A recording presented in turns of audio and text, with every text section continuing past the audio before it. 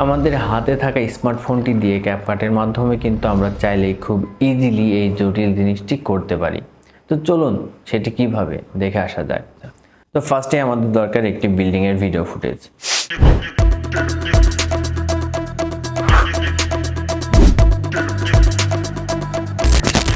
এখন আমাদের ক্যাপকাটের পাশাপাশি দরকার আরও দুইটি সফটওয়্যার, একটি হচ্ছে ফটোরুম আর একটি পিকচার। তো ফার্স্টে আমরা ফটোরুমে যাব।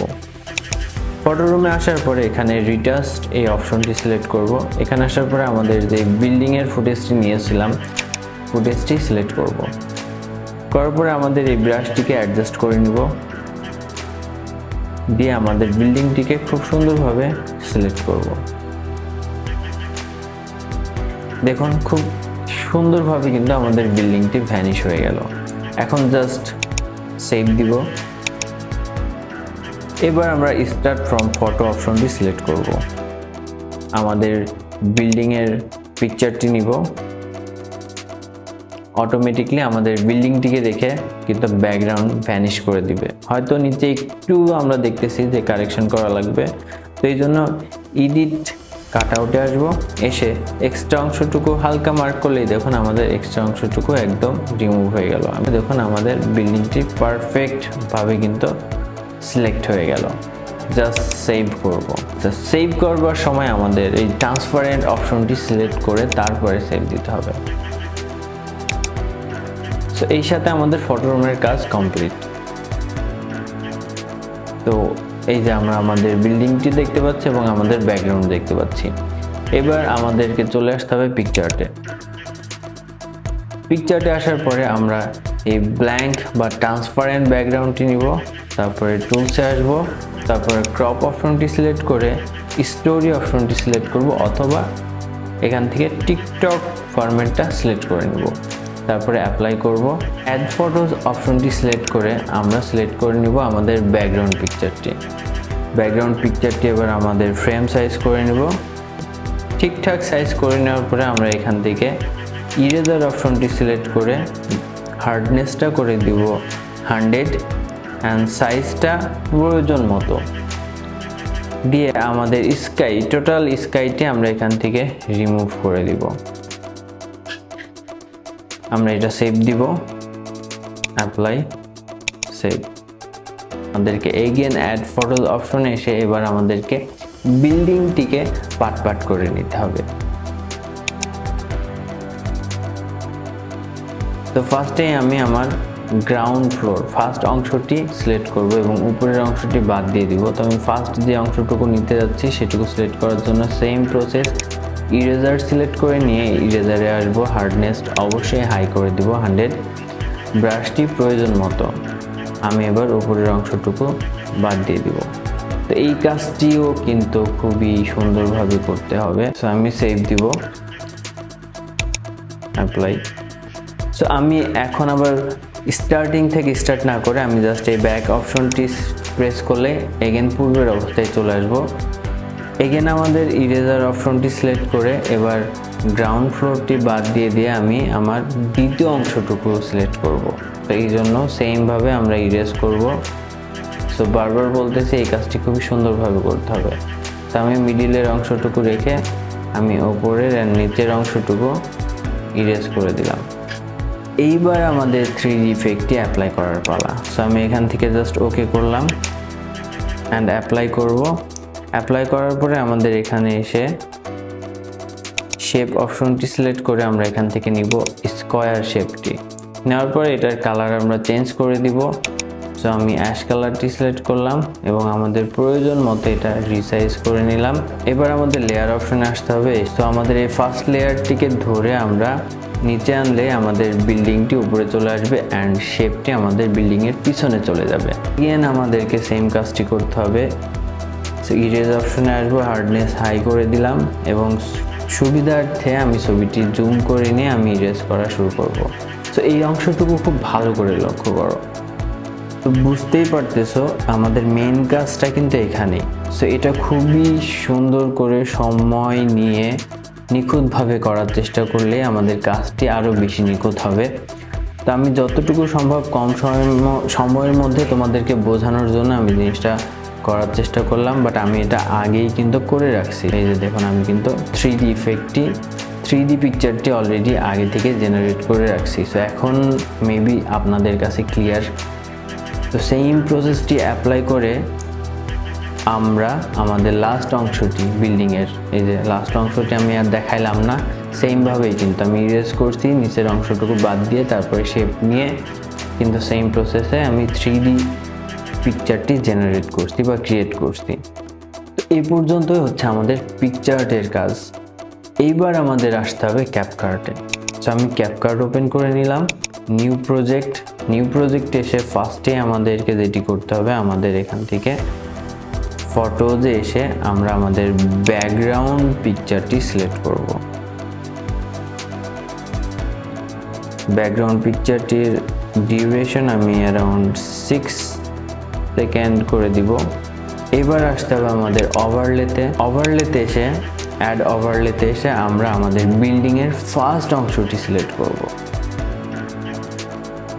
সো এটা হচ্ছে আমাদের বিল্ডিংয়ের ফার্স্ট অংশ। সো এই যে আমরা সেম ফ্রেম সাইজটি করে নিলাম, করে নিয়ে এখন আমরা একদম ঠিক মতো বিল্ডিংটি বসাই দিলাম। খুবই ইজি, খুবই সিম্পল। আমাদের টাইমলাইনটি একদম সেম করে নিব। এগেন অ্যাড ওভারলেতে আসবো, এসে আমরা স্কাই রিমুভ করে দিয়েছিলাম, দিয়ে নিচের যে অংশটুকু রেখেছিলাম এই পিকচারটি আমি এখানে সেভ করে নিব। এই যে আমি এই পিকচারটির কথা বলতেছিলাম, আশা করি ক্লিয়ার বুঝতে পারছো। এখানে আমার স্কাইটি নাই, শুধু গ্রাউন্ড ফ্লোরের অংশটুকু। তো সেমভাবে আমাদের অ্যাড করার প্রসেস সেম। দেখুন একদম ম্যাচ হয়ে গেছে। এগেন আমরা অ্যাড ওভারলেতে যাব, গিয়ে আমাদের বিল্ডিংয়ের দ্বিতীয় অংশটি সিলেক্ট করে নিব। তো এই যে আমার দ্বিতীয় অংশ। তো অলওয়েজ প্রত্যেকটা লেয়ার আমার কিন্তু সেম ডিউরেশন রাখতে হবে। আচ্ছা, এখন দেখুন আমাদের এইটা কিন্তু মিলতেছে না, তাই না? সো আমি আগে ফ্রেমটা ঠিক করে নিই। এইবার আমাদের আসতে হবে লেয়ার অপশনে। সো লেয়ার অপশনে গিয়ে আমাদের এখান থেকে ব্যাক প্রেস করলে বিল্ডিংয়ের দ্বিতীয় অংশটি আমাদের ফার্স্ট লেয়ারের পিছনে চলে গেল এবং এটা কিন্তু একদম অ্যাডজাস্ট হয়ে গেল। এখন জাস্ট আমার বসাই দেওয়ার পালা। তো এগেন আমরা আবার সেম প্রসেস ফলো করতে হবে। অ্যাড ওভারলেতে এসে আমাদের বিল্ডিংয়ের লাস্ট অংশটি এবার সিলেক্ট করে নিব। সেমভাবে আমরা ফ্রেমটা অ্যাডজাস্ট করে নিয়ে ডিউরেশন একদম সেম করে নিব। Same process, same things. লেয়ারে আসবো অ্যান্ড ব্যাকে প্রেস করে আমাদের এটাকে পিছনে পাঠিয়ে দিব। তো দেখুন আমার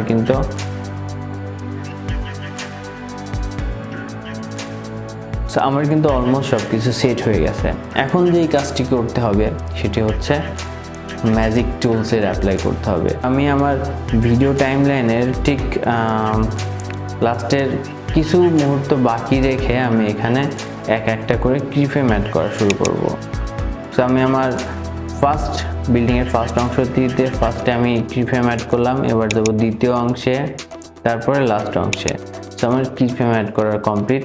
সো আমরা স্টার্টিংটা কি, যে বিল্ডিংগুলো বিভিন্ন দিক থেকে আসবে, তাই এবার স্টার্টিংয়ে আসবো। স্টার্টিংয়ে এসে সেম প্রসেস, আমাদের ফার্স্ট অংশে আমরা কিফ্রেম অ্যাড করব এবং যেখান থেকে আমরা বিল্ডিংয়ের পার্টগুলো আমরা যেখান থেকে আনতে যাচ্ছি সেই জায়গায়, সেই লোকেশনে এবার সেট করতে হবে। তো আমি এটা চাচ্ছি যাতে আমার মাটির নিচ থেকে আসে, তাই আমি মাটির নিচে পাঠাই দিলাম। এবার আমরা দ্বিতীয় অংশটি সিলেক্ট করলাম, সেমভাবে কিফ্রেম অ্যাড করলাম। আমি চাচ্ছি এটা আমার রাইট সাইড থেকে আসুক, একটু রোটেট হয়ে। সো আমি এটাকে রোটেট করে নিলাম একটু।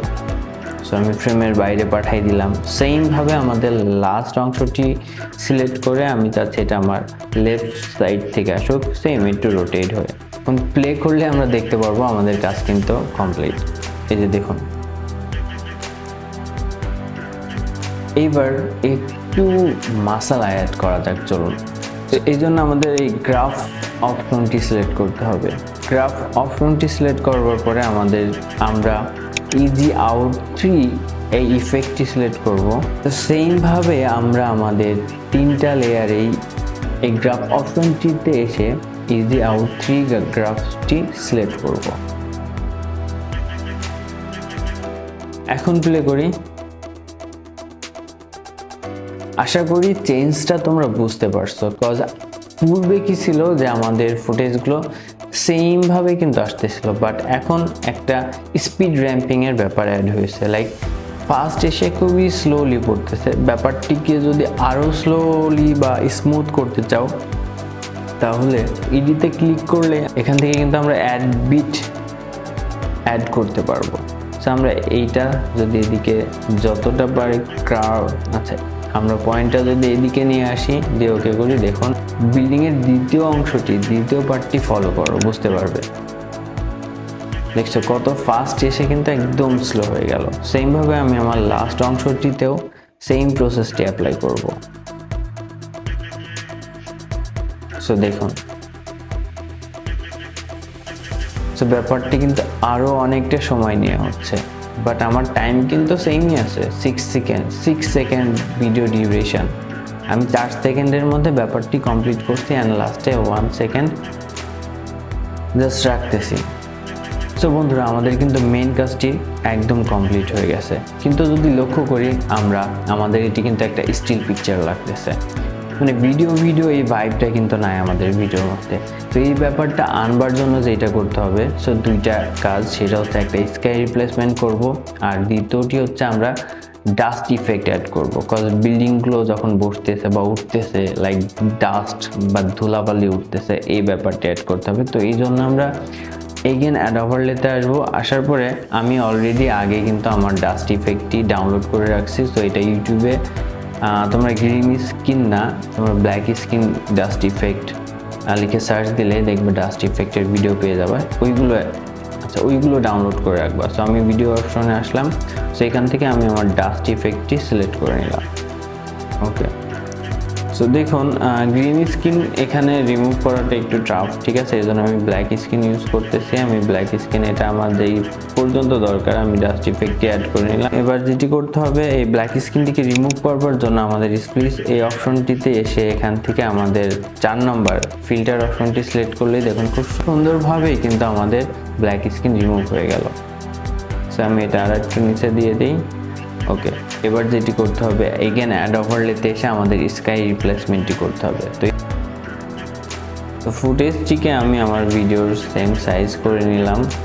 তো সেমভাবে এটা আমাদের লেয়ারের পিছনে পাঠিয়ে দিতে হবে। এই জন্য কী করতে হবে, লেয়ার অপশনে এসে এগেন ব্যাক অপশনে ক্লিক করলে কিন্তু আমার আগে যে লেয়ারগুলো আছে সেই লেয়ারের পিছনে চলে যাবে আমাদের স্কাইটি। এবার জাস্ট কি যে ঠিক পজিশন মতো এটাকে বসানো। তো পজিশন ঠিক করার পরে এবার যে কাজটি করতে হবে, আমাদের স্কাইটিকে একটু অ্যাডজাস্ট করে নিতে হবে। এই মার্কস অপশনটিতে এসে হরিজন্টাল এই অপশনটি সিলেক্ট করব, আর ফেদারটি একটু বাড়িয়ে দিব প্রয়োজন মতো। তো আমি আমার নিচে নিয়ে আসি একদম, সেখানে প্রয়োজন মতো আমি আমার ফেদারিংয়ের কাজটি করব। লাইক এই দেখুন, আশা করি বুঝতে পারতেছেন ফেদার বলতে। তো ফেদার বলতে আমি কি বলতে যাচ্ছি, সো এখন কিন্তু এটা আমার মেইন স্কাইয়ের সাথে অনেকটা অ্যাডজাস্ট হয়ে গেছে। সো আরেকটু ব্যাপারটিকে স্মুথ করবার জন্য যেই কাজটি করতে হবে সেটি হচ্ছে আমাদের কালারটি অ্যাডজাস্ট করে নিতে হবে। সো অলরেডি আমার আসলে ওয়েদারের সাথে স্কাইটি ম্যাচ করে গিয়েছে, তো আমার না করলেও চলবে, বাট এই যে অ্যাডজাস্টমেন্ট এসে কিন্তু তোমরা তোমাদের মতো কালারটি অ্যাডজাস্ট করে নিন। বাট আরও কিছু কাজ বাকি রয়েছে যেটি করলে আমাদের ব্যাপারটি আরও রিয়েলিস্টিক লাগবে, ঠিক আছে। তো সেইটি করবার জন্য সেটা হচ্ছে সাউন্ড ইফেক্টের অ্যাপ্লাই করতে হবে। সাউন্ড ইফেক্ট খুবই ইম্পর্টেন্ট একটা জিনিস, ভিডিওকে রিয়েলিস্টিক বা ভিডিওর সাথে অডিয়েন্সকে কানেক্ট করার জন্য সাউন্ড ইফেক্ট কিন্তু খুবই ইম্পর্টেন্ট একটা জিনিস। ভিডিওটি এক্সপোর্ট দেওয়ার পরে এখানে আমরা নিউ প্রজেক্টে এসে আমাদের এক্সপোর্টকৃত ভিডিওটি অ্যাড করে নিব। সো আমাদের মাত্র লাস্ট 3টা এলিমেন্টস অ্যাড করা বাকি রয়েছে, যেই 3টা এলিমেন্টসের মাধ্যমে আমাদের ভিডিওটি ফুলফিল কমপ্লিট হবে। আমরা এখন একটি শেক ইফেক্ট অ্যাড করব। আমরা ইফেক্টসে চলে আসবো, ভিডিও ইফেক্টস, অ্যান্ড এখানে সার্চ করব শেক ইফেক্টস, শেক।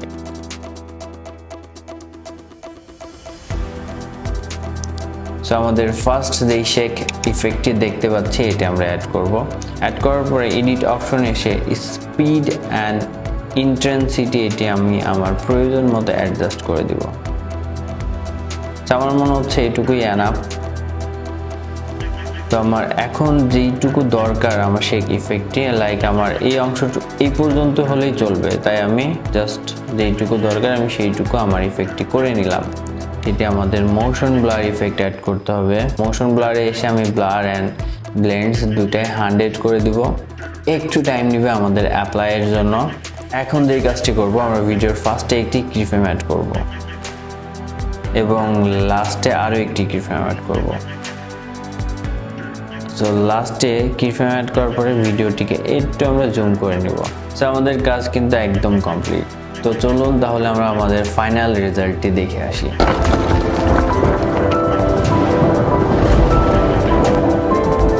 এই সাথে আজকের মতো এখানেই বিদায়।